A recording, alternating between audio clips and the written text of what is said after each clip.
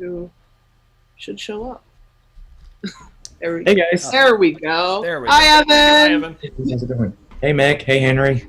It's so great to see you. Good to see you all. Let me get out your introduction. Sounds good. Okay. Evan is currently a Master's of Science student and McNair Scholar at Oklahoma State University Center for Health Sciences. He is interested in researching the study of evolution of feeding behavior in Tyrannosaurs through the use of finite element analysis and muscle force reconstruction. This includes a large list of Tyrannosaur specimens ranging from Guanlong, Eoraptor, Gorgosaurus, Tyrannosaurus, and many more. So we've got some more Tyrannosaur fun today. Yes, we do. After we already had a bunch from Holtz. So take it away, Evan. Sure, no problem. So, hello everybody. I'm currently a master's student. I'm studying under Dr. Eric Snively, and so for my research, I am interested in studying the evolution of feeding behavior in Tyrannosaurs. Here I have with me a 3D printed skull of the nation's T-Rex that was created by paleontologist Dr. Ian Brown of the Center for Health Sciences. And so one of the things about my research is that I am interested in seeing like how Tyrannosaurs were able to perform their feeding behavior. So here we have a skull of a T-Rex. So an adult T-Rex is capable of exerting a very high bite force, ranging from 8,000 to 12,000 pounds of force. So you could basically just think of T-Rex as a giant monster truck, or when it's biting, it can basically crush bone. You would not want to be at the receiving end of those chompers. But here's something else though. While we do know a lot about T-Rex in terms of its feeding behavior, it does beg the question about other Tyrannosaurs. So here we have the Asian Tyrannosaurs such as Guanlong, Yutyrannus, Alioramus, as well as Albertosaurus and Gorgosaurus. And so for my research, I'm interested in using finite element analysis. You could think of finite element analysis as kind of like a stress or strain simulator. And in doing so, we can actually see how the skulls of different Tyrannosaurs responded with very high forces. So red would be an indicator for very high stress, and blue would also be an indicator for very low stress. So in the case for an adult T-Rex, if we were subjected to very high forces, it would show very little stress, indicated in blue. But if we were to subject us to, like, let's say a juvenile T-Rex, or maybe something like Alioramus, which has a very slender snout, then possibly it could show very high stress, indicated in red. But at the moment, that's just hypothesis. And to quote Gray from Jurassic World, we need more Tyrannosaur skulls with teeth. Also, I'm open to any questions too. Great. Why do all Hell Creek massive animals have absolutely horrible mouths? Not sure. So what did he mean by horrible mouths? Did he mean like really powerful bite forces, or just like a fast array of teeth? I mean, I feel like both. Okay then. So that's interesting. So yeah, so one of the things that we can tell about T-Rex is that T-Rex went through a very interesting growth and development. So a juvenile T-Rex would have had like a very slender snout and probably would have exerted very weak bite forces, and it probably would have went after smaller prey. So like say smaller dinosaurs, maybe even a scavenger. So, but over time, as it got older, it started going after more large body prey, however. And not only that, but there's also like dromaeosaurids. I'm trying to remember the names of some dromaeosaurids. I think there was Eoraptor, and you could basically call it as just like a generalist predator or scavenger. And also the herbivores, they had very interesting skulls though. You had the duck-billed dinosaurs like Edmontosaurus, the horned-faced ceratopsian dinosaurs, as well as Ankylosaurus. And the teeth, or I guess the beak and teeth of Triceratops was rather interesting, as its teeth were very sharp, along with a very tough, sharp, keratinous beak. So it would have went after very tough vegetation too. And not to mention, hadrosaurs are basically a dentist's worst nightmare, as they have like hundreds of teeth. Mm-hmm. Do you think they had dental cleaning dinosaurs? Dental cleaning dinosaurs? Unfortunately not, because there's always been like one common talk that T-Rex had a septic bite, but that theory has been discredited. A septic bite is basically kind of like a mouthful of bacteria that you would see in a Komodo dragon.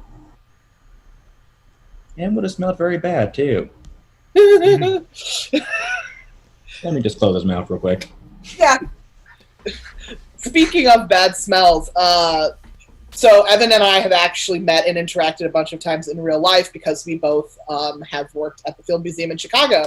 And did you have a chance to check out the Field Museum's T-Rex mouth smell simulator? Because it is awful. I don't think I did, but I did actually listen to the growling simulator, however. So anytime I got a chance to hear Sue make their noises, I could actually feel the vibrations that would emanate from its mouth. Ooh, nice. Yeah, next time you have a chance to get to Chicago, they've added much more things to the Sue exhibit, and you would love it. Every part of it. It's great. So we do have another question now. Thanks so much for speaking to us today. What is your take on the Tyrannosaurus feathers, no feathers debate? Oh boy.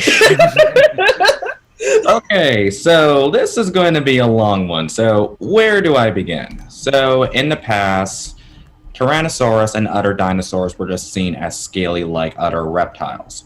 But over time, I think in the late 90s, that's when they started finding dinosaurs in China with feathers. The first one was Sinosauropteryx and Sino-Ornithosaurus, and ironically, those were more just like smaller coelurosaurs or dromaeosaurs or the raptors, so think of like Velociraptor.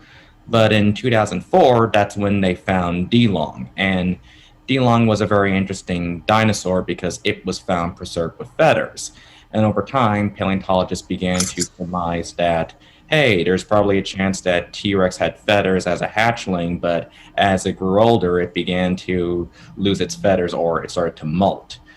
That was until the discovery of Eutyrannus, another large-bodied tyrannosaur that was found in China, found in 2011, if I'm not mistaken. And they found 3 specimens, an adult, a juvenile, and a subadult, and both were covered in feathers. However, it should be noted that the environment that Eutyrannus lived in was rather temperate, so it was probably cold. The Hell Creek Formation is kind of something that I'm not too sure about in terms of weather. Some have stated that it probably would have been very humid like a swamp, or it also would have been temperate also.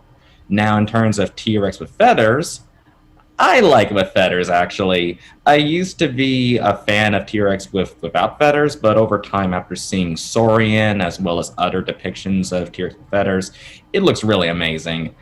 Now, it wouldn't have been very fluffy like Eutyrannus, but it probably would have had feathers maybe on the head, also on the dorsum, but not too sure. But I just love feather Tyrannosaurus. All right. We have a question in the chat. Are there any unexpected force restrictions within Tyrannosauridae? Like, are there any Tyrannosaurs with unexpectedly weak skulls? Weak skulls. So there hasn't been as many bite force studies on other tyrannosaurs. So at the moment, the only tyrannosaurs that probably would have had like very weak bite forces would have been the Alioramus. So this includes Alioramus, Tianchosaurus, and probably other basal tyrannosaurs like the Proceratosaurus, such as Guanlong, Proceratosaurus, and even Dilong. But if you move further up the phylogenetic tree from the more basal tyrannosaurs to more derived tyrannosaurs, then there's a chance that tyrannosaurs such as Pistachiophorus, Tarbosaurus, Daspletosaurus, and Gorgosaurus, they would have had more powerful bite forces, but probably not as extreme as T-Rex though, but a little bit more of an improvement over the more basal tyrannosaurs. But it should also be noted that the Aloramids are also derived tyrannosaurs too, so they probably would have had very weak bite forces and very delicate skulls. This isn't related to your research, but one of our multiple time donors has asked if it would be okay for him to use you and previously Riley as examples of diversity in paleontology to increase the acceptingness of his classroom. Sure. Awesome. Thank you. Do we have any more questions from the chat, Henry? Not yet. Okay. Trying to think of one myself. How has your journey been in getting to graduate school and navigating paleontology education? So where do I begin with this one? So when I was 2 years old, I always wanted to be a paleontologist. Jurassic Park and Land Before Time movies, they served as my gateway or introduction to anything that was dinosaur related or paleontology related. And from that point on, I continue to fuel my hobby and my passion through reading numerous books, papers, and documentaries such as Walking with Dinosaurs. I recently when I went to college, I studied under Dr. Kenshu Shimada, where I worked on fossil fishes as well as fossil sharks. In addition to this, I also took a gap year, and I was trying to think about who or actually what did I want to do following my undergraduate education. And I still wanted to work on dinosaurs, and when looking through possible research avenues, I actually stumbled across this one interesting paper called the T-Rex Rotational Inertia, and it was by my advisor, Dr. Eric Snively, and I thought it was really cool because there's some things about Tyrannosaurs, or actually with other dinosaurs like Theropods, that are really interesting. And from that point on, Eric and I, we both had some really cool ideas about Theropods, and we just meshed really well. And from that point on, the rest is history. I'm currently working in his lab. Nice.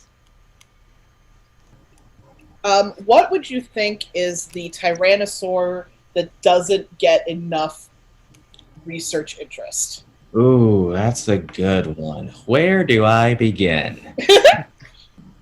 On one end, well, how about we go over each Tyrannosaur from each different group? So there's 5 different Tyrannosaur groups. The first one is the Proceratosauridae, which includes Tyrannosaurs from the mid to early Cretaceous. We have the Albertosaurinae, the unresolved Tyrannosaurs, which appeared during the early Cretaceous in North America, Asia, and Europe, followed by Aleorhamini and Tyrannosaurini.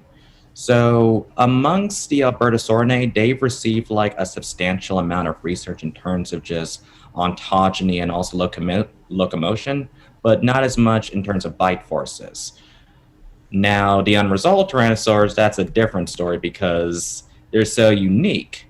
And amongst them, it would probably be a two-way tie between D-Long and also Bistachioversor, because D-Long, yeah, it was found to be a small tyrannosaur with feathers, but there's just so much about it that is probably unique because it lived alongside the large Proceratosaurid Eutyrannus. And so who's to say that, like, probably over time, D-Long was probably doing something different than the Proceratosaurids compared to something like Guanlong or Eutyrannus. And amongst the Proceratosauridae, that would probably be Eutyrannus, because it's just such an interesting tyrannosaur. When you think of most Proceratosaurs, they're just generally small, like about the size of a big dog, like a German Shepherd. But when you take a look at Eutyrannus, it probably shows that like this was a tyrannosaur that served at the bottom of the pecking order, but over time it became the apex predator of its environment, only to become extinct again. But I think the one that probably is the most understudied amongst the entire group would probably be the Aleorhamini. So Aleorhamus and Kianshosaurus, just because of like how unique they are in terms of skull morphology. Right. Yeah, thank you. Next question. So, Tyrannosaur behavior. Is it possible they lived in family groups? And could the quick young have directed prey towards the parents, a la Dinosaur Planet? That's a good question, because I know there is a big bone bed in Canada that features juvenile subadult, and adult Albertosaurus specimens. So it's possible that pack behavior would have been a key function in hunting. But at the moment, that's still debatable, however. But we do always see fossils of other theropod dinosaurs such as Allosaurus and Eutyrannus that lived in family groups. So there's a chance that they lived together and hunted together, but pack coordination is still kind of debatable, however. But it probably isn't impossible, though. All right. Do you have any experience with going to fossil sites? So I have gone on 2 digs before. I went on a dig with Bighorn Dinosaur Basin in 2014 in Montana, followed by going on another dig with them in 2018. Cool. Do you want to talk about that more? Sure, of course. So in 2014, that was actually my first time going on a fossil dig. Our lodging was in Montana, and our main dig sites were kind of like on the border between Wyoming and Montana. And we actually found like this really cool Leptoceratops specimen that had like a preserved arm bone. It was the scapula or the shoulder bone along with the humerus or the upper arm bone. So that was something that was really cool. And a couple of friends of mine, they presented it at the 2016 SVP conference in Salt Lake City, Utah. And following this in 2018, we were also at the Mother's Day site. And in there, we actually found like numerous bones of Diplodocus, Stegosaurus, and Allosaurus. And that's also the same site that yielded, I'm probably going to butcher the name of it, but it's Suwacia, a small diplodocid, but its name means like harbinger of thunder, if I'm not mistaken. Something like that. Okay. What do these bite force reconstructions say about the ecology and feeding behavior within Tyrannosauridae? Anything unexpected? So probably nothing unexpected. So at the moment, Dr. Snively and we are currently working on another Tyrannosaur, Teratophonius, and once we actually fix it up on a Viso, that's when we will import the model onto Strand 7 to see how it would have responded under very high forces. So if we see a Tyrannosaur that had that showed little stress when biting, that's probably an indicator that it was an apex predator of its environment and could also be capable of biting through bone. Now, if it showed very high stress, then there's probably an indicator that it was probably not really the apex predator of its environment, and also just more of like a general hunter. But you never know, though. Right. Let's see. What do you think about the idea of a parent Tyrannosaurus scooping their young into the armpits of their stonk arms and carrying the screaming babies around? I'm just reading the question. Could you say that one more time? I had to. Yeah.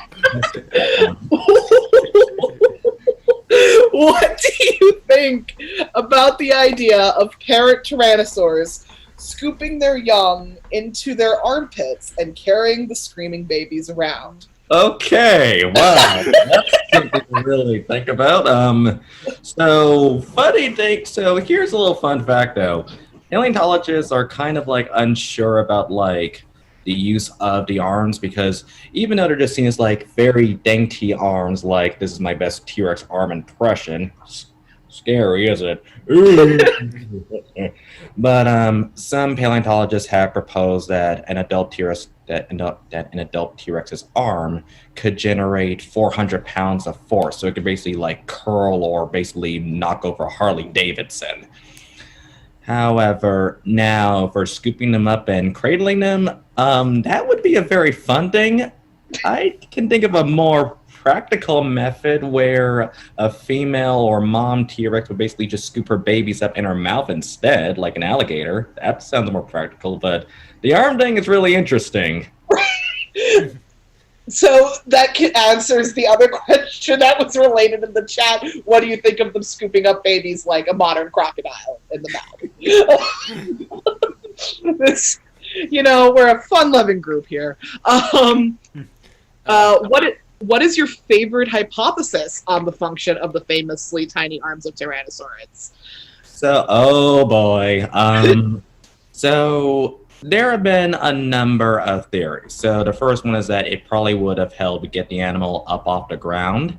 Another one would probably be used to like pin its prey, so kind of like cow tipping. But another one that I always talked about with my suit talk, and I'm going to keep it as PG, is that it would have helped with mating. So as a male T-Rex is doing their stuff, he'll basically use his arms to, like hold on to her, basically. Yeah, fair enough. I'm just gonna end it right there. Just stop right there. I think that's a great Careless place whisper to begins stop to with play. that line of thought. Henry, do you have any questions while we wait for more audience ones? Yes, I do. Out of all the relatively large herbivorous dinosaurs in the Hell Creek, which one do you think Tyrannosaurus was eating most often? Triceratops, as well as ductile dinosaurs, because we find evidence of T-Rex bite marks on Triceratops on the frill, the pelvis, and even, if I'm not mistaken, I think on the vertebra too. So it probably shows that, like, yeah, Triceratops was constantly heavily armored, and we also do find evidence of Triceratops surviving T-Rex attacks. Ductile dinosaurs are another fun one too, because they're just seen as like easy prey. But yeah, it probably would have been chomping on Triceratops and ductile dinosaurs. Now, I would like to see bite marks of an Alamosaurus. Sorry, I meant to say, now I would like to see bones of Alamosaurus with T-Rex bite marks on them, though. That'd be fun. Yep. If you were a Tyrannosaurus, what Hell Creek animal would you want to eat? Ductile dinosaurs, that's the safest one. Okay, but consider how big they are. Yes, that's true, and not to mention their tails are also muscular too. So they go. Then again, it also took some time for them to get that big. So. Mm-hmm. Yeah, true. The poor babies. Personal headcanon for Tyrannosaur vocalization.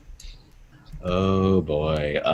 Okay, so like how in the Jurassic Park movies you always saw the T-Rex roaring. So in a study, I think it was in 2016 or 17, they found that T-Rex was incapable of roaring or growling because they didn't have vocal cords, which is something that you're going to see more in mammals. Crocodilians and birds don't have vocal cords, but they can actually make guttural sounds, however. And I'll do my best impression of one. Let me just drink my water first.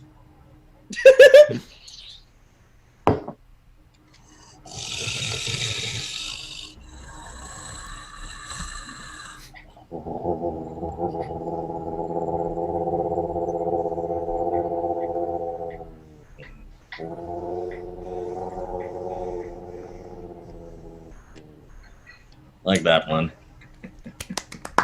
Just gonna clap real quick here. That was awesome. Good job. What's next question? Any thoughts on color for large tyrannosaurids and large theropods in general? Do you think there's a way camouflage would work at this scale? So it all depends, actually, because one way that we can actually know what colors dinosaurs were is because of all the other dinosaurs that were found preserved with feathers. So this includes Archaeopteryx, Sinosauropteryx, as well as Epidicteryx, if I'm not mistaken. And so they use special X-ray or laser scanners to see what colors they were. So Archaeopteryx, it would have been colored like a raven or like a crow. So it would have been black in color. And Sinosauropteryx is a rather interesting one because it had like tan and cream colored feathers. So it would have been more just like a raccoon or actually as a red panda. Large theropods is kind of interesting. So I've heard one proposition that they would have been like rather brown or light reddish in color to maybe help blend in. But at the same time, I'm not entirely sure on what color large theropods would have been. But at the same time, if you're going to be big, you probably would be relying on the dense foliage to hide as well. All right. What is your thought? Sorry, these questions are all over the place. That's streaming for you. What about tyrannosaurs eating turtles? Eating turtles? So, that's a good question. So, I have seen videos of alligators eating turtles. And so, once again, I'm going to keep this PG. So, you can just pretend that my hand is going to be a turtle. So, turtles are going to be very much like dense. They're going to be hard to crack open. So, with enough force, T Rex could basically just crush a turtle or actually a large turtle and just swallow it. This is something that alligators do too. So, anytime like an alligator chomps on a turtle, it will basically just exert enough force to basically crack it open and just swallow it. Fair enough. Sorry, my bird is objecting to me talking to someone other than her. How long did Tyrannosaurs live for? So that's a good question. So one thing that we do take a look at in Tyrannosaurs is that we do osteohistology. Osteohistology involves cutting open the bones of dinosaurs and looking at the different growth rings, so which you can actually see in trees. And what we do is that we count the number of rings present to see how old these dinosaurs were when they died. And so paleontologists have found that a T-Rex could probably live up to the age of 33. The oldest one is Scotty, if I'm not mistaken. But there was a recent update that Sue was probably 28 to 33 when it died. All right. This isn't a question, but the team involved in putting together this stream have all decided we need Evan doing ASMR videos of T-Rex sound. Oh god, that's gonna be funny. I think they would get a lot of views, personally. Definitely. Oh man. Well, just saying when I'll be happy to record.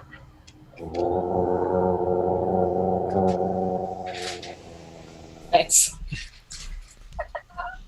Also, I saw in the chat that someone had actually asked, like, how did I make that noise? So when I was in high school, I always did a lot of voice impressions. So one thing that I always did was that, like, I would actually like tense my diaphragm and also my cricothyroid. It's actually a muscle in the throat to give me like a little bit of a gurgle or high pitched sound. So this is my best SpongeBob impression, or in this case, the SpongeBob laugh.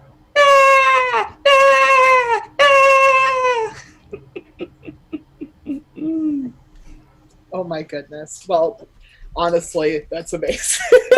And everyone in the chat agrees. Someone to follow up on the T-Rex age span. Dang, that's still not very long for such a big animal. About how long would it have taken for them to grow full size?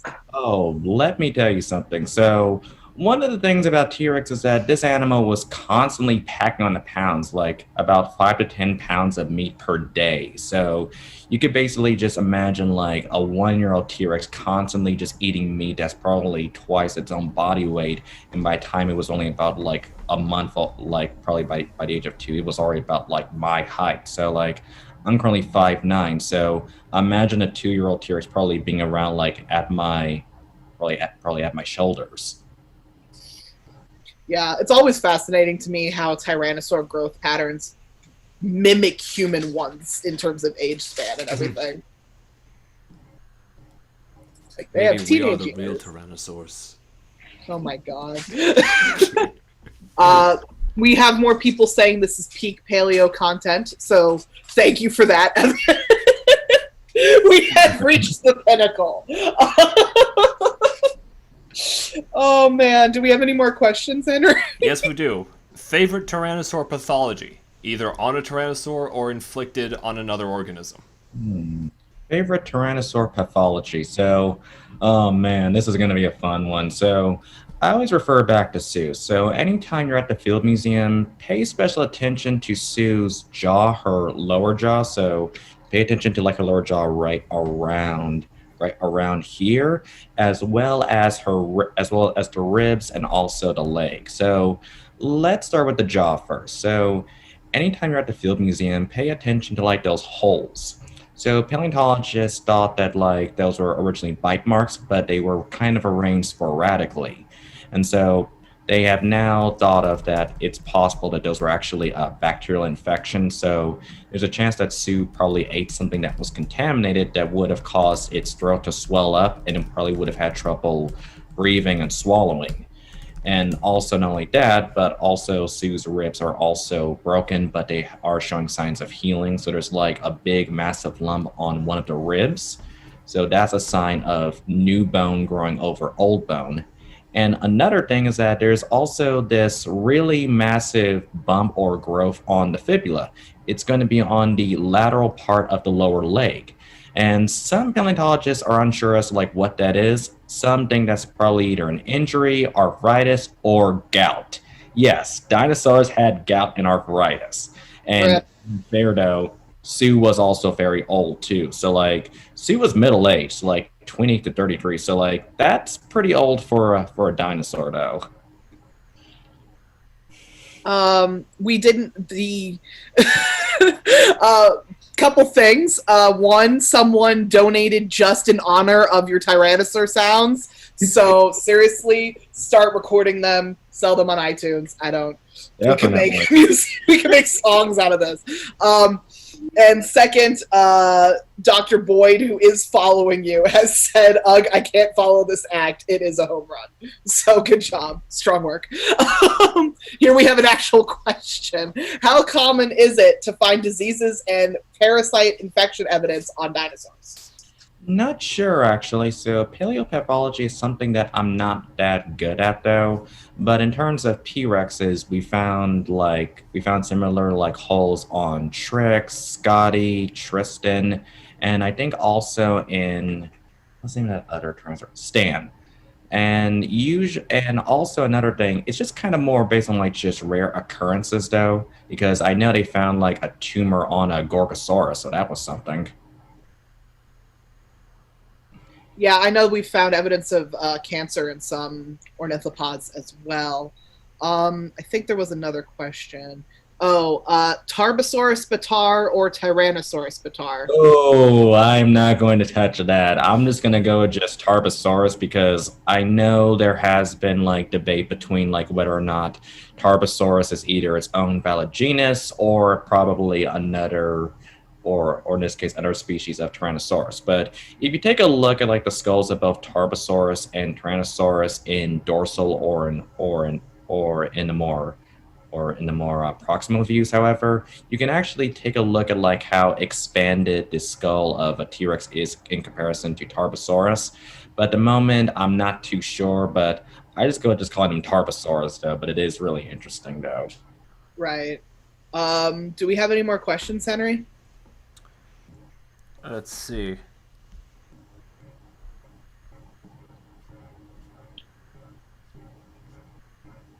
Mostly people saying that they stan you now, so Mazel tov.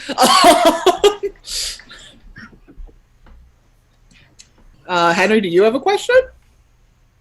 Not at the moment. Let's see. Oh, I could also talk about my summer project, the Summer of Theropods. Ooh, Yes, please. Yeah, so earlier in May, I was thinking about doing something special for the summer. And so I kind of thought about doing this big summer event and originally it was going to be for June, called 30 Days of Theropods. But then as I was looking through Wikipedia and also just seeing new theropods popping up, I kind of felt like, okay, instead of just making this just for 1 month, let's just have it be for the whole summers. Because today I just covered Sinosauropteryx, yesterday was Compsognathus, and for Fossil Friday it was also Austroraptor. And the very first theropod that I covered for the Summer of Theropods was Coelophysis. And if you're curious as to like when's T-Rex going to be appearing, he'll be appearing very soon actually. I have him reserved for July. Fantastic. Why Summer of Theropods rather than like more dinosaurs or a different group of dinosaurs? Theropods are actually my favorite dinosaur group. I've always been a fan of theropods. Sauropods have also been a close second too, because the thing about theropods is that even it's it's like if I had to like describe theropods, it would probably because of just like how they evoke fear, but also magnificence too. Like we always find ourselves fascinated with like wolves, bears, and lions because they're fierce, but they're also majestic. And sauropods are also interesting too because of their massive size and also because they're just unique too. Ceratopsians have also started growing on me too, because here's something else I'll mention is that for the month of December, I'll also be doing the 31 days of sauropods, and then probably next year will probably a month be devoted to ceratopsians. Excellent. Looking forward to it. We have some more questions now. I read somewhere that Tyrannosaurs had two different body types, gracile and stocky. Is this true? So at the time, that was something that a lot of paleontologists had thought about, but it's kind of been discredited though. So you always had like the robust morph and the gracile morph. The gracile morph was reserved for male T Rexes, and for the robust morphs, those were going to be for the female T Rexes. However, that isn't really the case because, if I'm not mistaken, they found medullary bone, which is usually found in pregnant birds, in I think in one of the gracile morphs. Mm-hmm. And so that was an indicator that yeah, we should probably just discredit this and probably just say like it might just be variation or something. Okay. Opinions on facial integument in Tyrannosaurids. Ooh, that's a good one. So 4 years ago, there was a paper that came out that T Rex and other theropod dinosaurs had lips, and it was something that I had to get used to. But after seeing Saurian as well as other paleo artists draw T Rex with lips, as well as seeing myself draw a couple of like artwork too, it started to grow on me actually. But then there was another paper that following year that showed that Tyrannosaurs actually had crocodilian like lips, however. But then there's been more people saying that like, yeah, it's possible that they would have had lips instead of like crocodilian like facial integuments. So if you take a look at like say the dentaries as well as the maxilla and premaxilla of a T-Rex, they're a little bit spaced differently than what you would see in a crocodilian. In a crocodilian, they have these holes on their snouts that are really sporadic. But in the case of theropods, they're more linear, however. So it's a chance that they probably wouldn't have like bumpy crocodilian-like skin, and they would have probably had lips, possibly. Awesome. We have a request from one of our team members. Can you drag Nanotyrannus through the mud? Oh boy, this is going to be a fun one. Hey! So once again, however, I do respect other people's opinions on Nanotyrannus, but the general consensus has been that Nanotyrannus is actually a juvenile T-Rex. And while yes, Nanotyrannus was found to be immature, though, it's kind of one of those moments where it's just like, well, we've never found like a juvenile T-Rex, but we've always find like bits and pieces of them, and we always find Nanotyrannus in the same area as with an adult T-Rex. So yes, we can say with confidence that Nanotyrannus was a juvenile T-Rex. And plus, another thing is that like ontogeny in dinosaurs is very unique because they go through very dramatic changes. So like take a look at Triceratops. Like if you take a look at a baby Triceratops, it has like a very it has like very two nubby horns on its head and also like a very small frill. But as it gets older, those horns start to curl backward, and then they start to project forward more. So you could say that ontogeny is very drastic and it's very unique in dinosaurs and in other animals too. Like take a look at birds, like cassowaries, for example. When you take a look at that baby cassowary, it looks adorable and doesn't have like the giant head crest. But as it gets older, it starts to change in color and then starts to adopt a head crest and becomes more aggressive. So yes, I can say that Nanotyrannus is a juvenile T-Rex because you could basically see like how a juvenile T-Rex would have had like a very slender snout, long legs, and also like a very awkward body. But over time, as it got older, The skull went from slender to deep and robust, and the legs became more stocky too. Excellent. Thank you for that wonderful evaluation of that situation. Favorite depiction of a Tyrannosaur in popular media?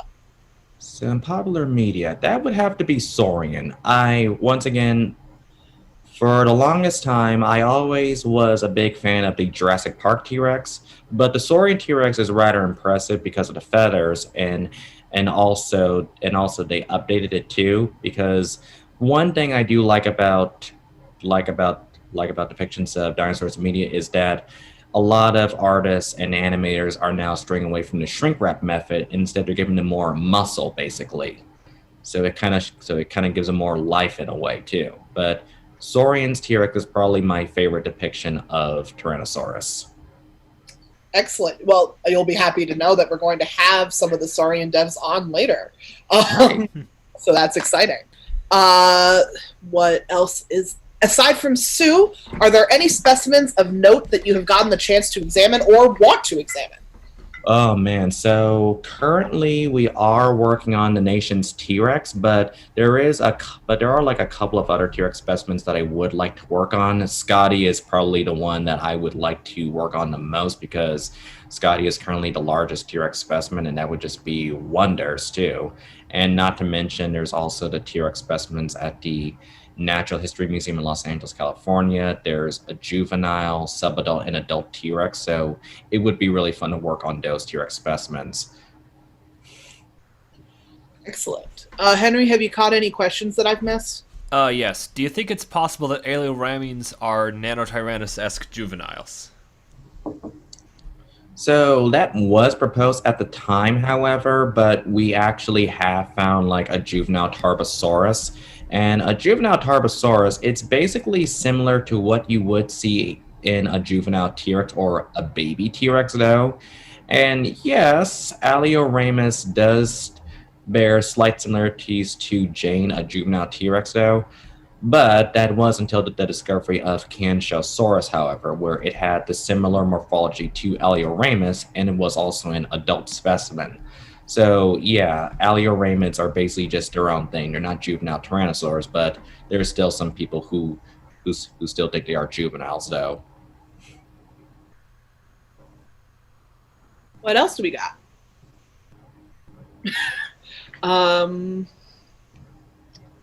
Got reminder to everyone to donate. Right now, we have passed our $4,000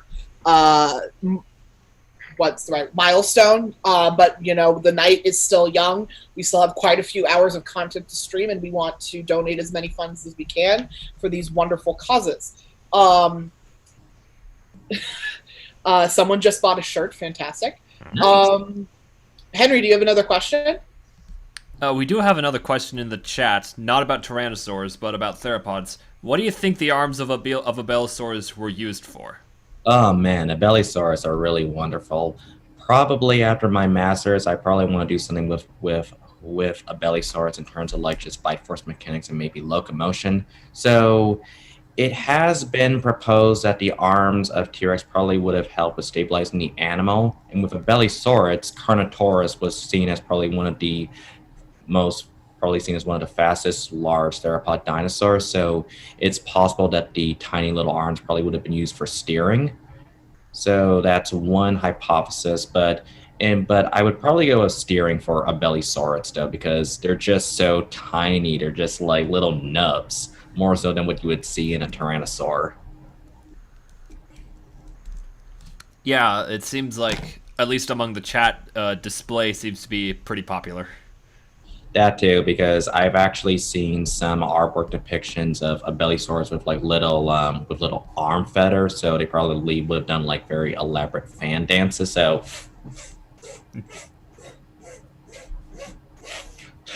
just picture. I have no words. That is, I mean, you're right. That's amazing.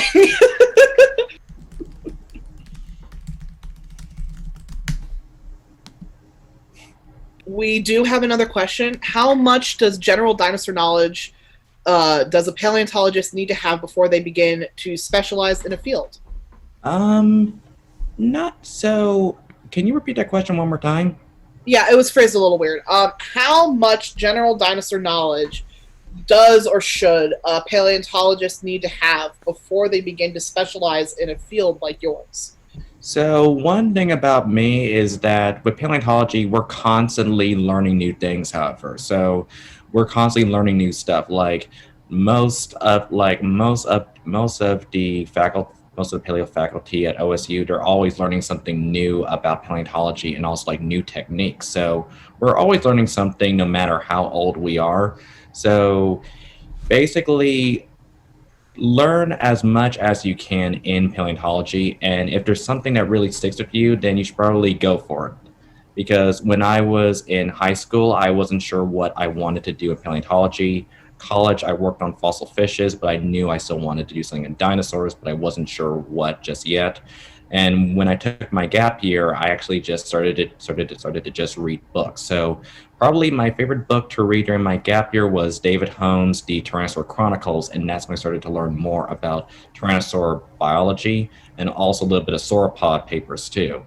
So it's kind of like we're just constantly learning something new each day. Agreed. We still got 15 minutes left with Evan before our next presenter, so please make sure to get in your questions within the next 15 minutes. Did you complete an undergrad thesis?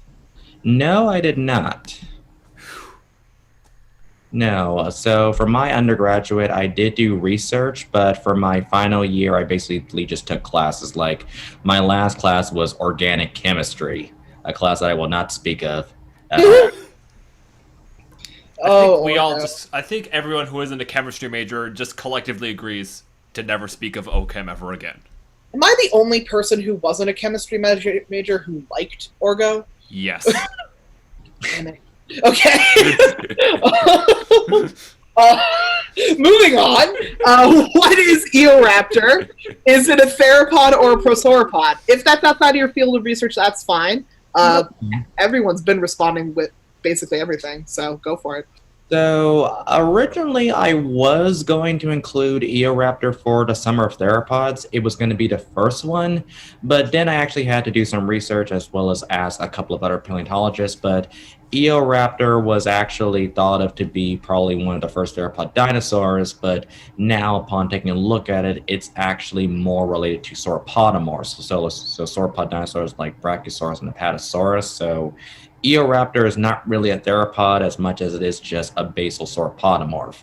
A really basal sauropodomorph that walked on two legs. I mean, yeah. Chemistry is terrible.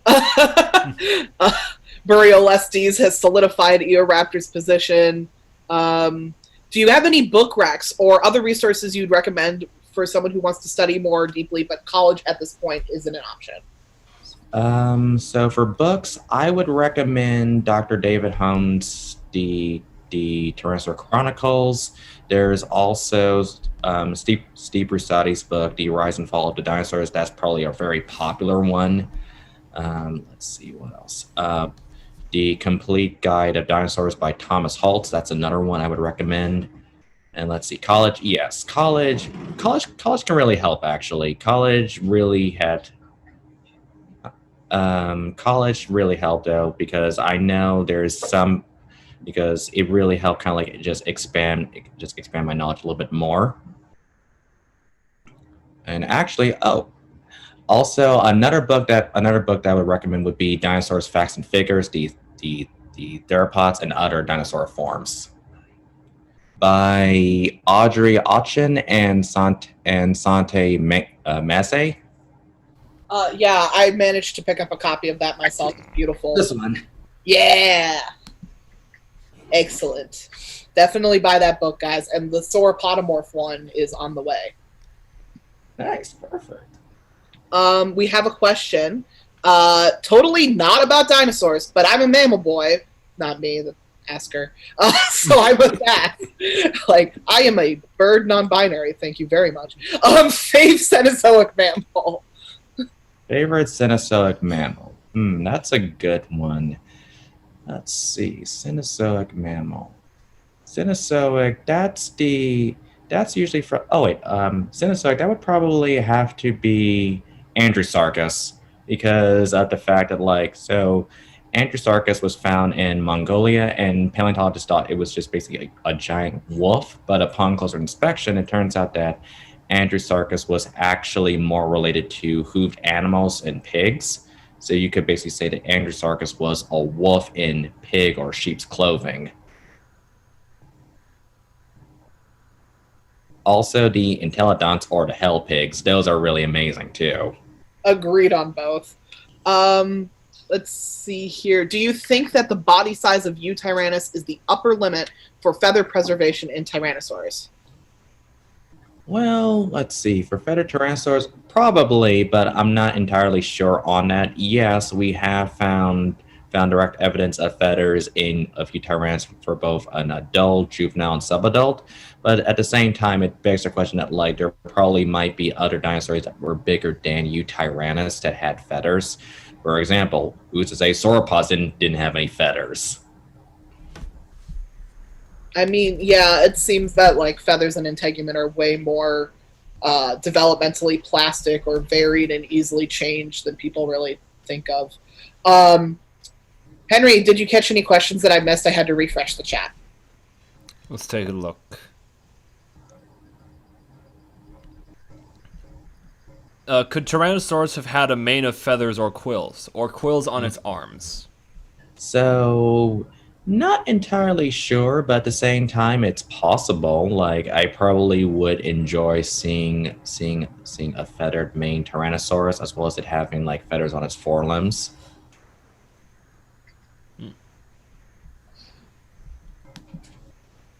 All right. Do we got anything else? Not at the moment. All right. Have you thought of anything, Henry? Not at the moment. Well, Evan, if there's anything you feel like you could have added before or want to add on now, it seems like a great time. Let's see, what else? Is there a particular theropod that anybody would like to see for the Summer of Theropods or would like to be showcased? Yeah, guys, get in your suggestions for the Summer of Theropods now. Vote now on your phones. Vote now on your phones. God. We get one silly video on the history of Japan, and we all continue to quote it forever. Anyway, someone had asked about Spinosaurus with its new tail. Ooh, yes, tell us about that. So Spinosaurus is actually a very weird dinosaur, and I'll be saving that one for the very last, actually. So spoiler alert. But so one thing about Spinosaurus is that paleontologists have been debating as what its behavior was like. So when they recently found the tail vertebra of Spinosaurus, they found these spinal projections that were on top of its tail that were basically resemble kind of like an eel's tail, which would have been used for propulsion. So that's really cool and interesting, actually.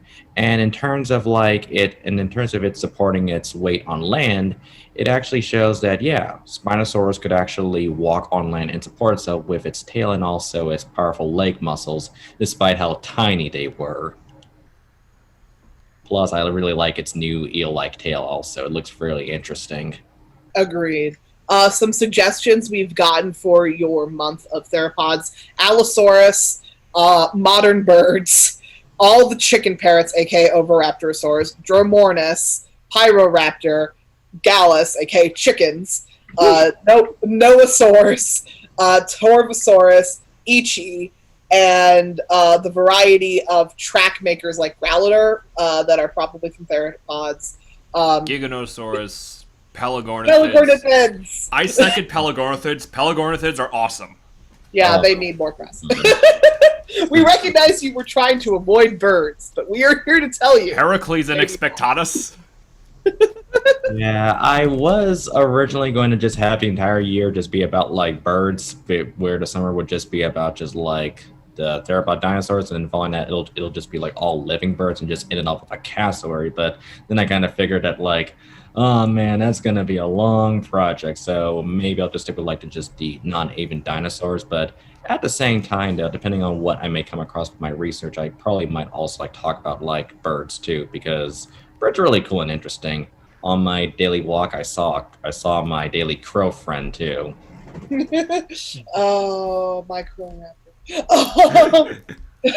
Speaking from experience, adding on birds to non-avian dinosaurs, you got to know what you're in for, and it seems like you do. Oh, and also another suggestion. One thing about college is that make sure that you also routinely get involved in research as well as read research papers. Having an understanding on kind of like the style of how research papers are written will actually help with just like comprehension and also writing too. Agreed. Yeah, any parting thoughts now that we're wrapping up here with about 5 minutes left to go? Other suggestions that you got while talking were Heracles, Inexpectatus, the Cassowary, Acrocanthosaurus, Carcharodontosaurus, Streptosaurus, and Ichi again. Ichi is going to be a fun one to talk about. It's basically a flying dragon. Ichi the killer. God, why? Just talk about Ichi. Just spend 5 minutes talking about Ichi. Ichi. Well, I gotta research that one first because some of these theropods I do have to like research more on. However, sometimes I haven't planned, but then next thing you know, there's always like something new popping up there that I gotta research. Yeah, that's a mood. Adam has said, thank you so much for this, Evan. This was an absolute treat, and he is in tears, as appears to be Joan and many of the other viewers. I will say that you've gotten some of the highest views that we've had during this entire stream. So, Views. How many people are watching? 80. I think that's the highest it's been, but we might have passed it at some point. That's amazing. So congratulations. This has been amazing. And our next guests are coming in. Hi, Clint and Becky. Do you have anything you want to ask Evan while we still got him here? I literally just walked in from the field, so I'm a little brain dead. Sorry. No, it's fine. You also have now gained some more Twitter followers, Evan. Mazel tov. Yes, this has been great. Yeah, so make sure to follow Evan on his social media. His Twitter handle is at EJR_PALEO, so EJR Paleo. And you then can get all of his Summer of Theropods, content. And, more Tyrannosaur Wars. So, yeah. Anything else you want to add before we switch over? Not at the moment. Just wanted to say thanks, guys. This has been a real treat. Also, continue supporting the stream, and remember to donate. Absolutely. Thank you so much. Remember to donate.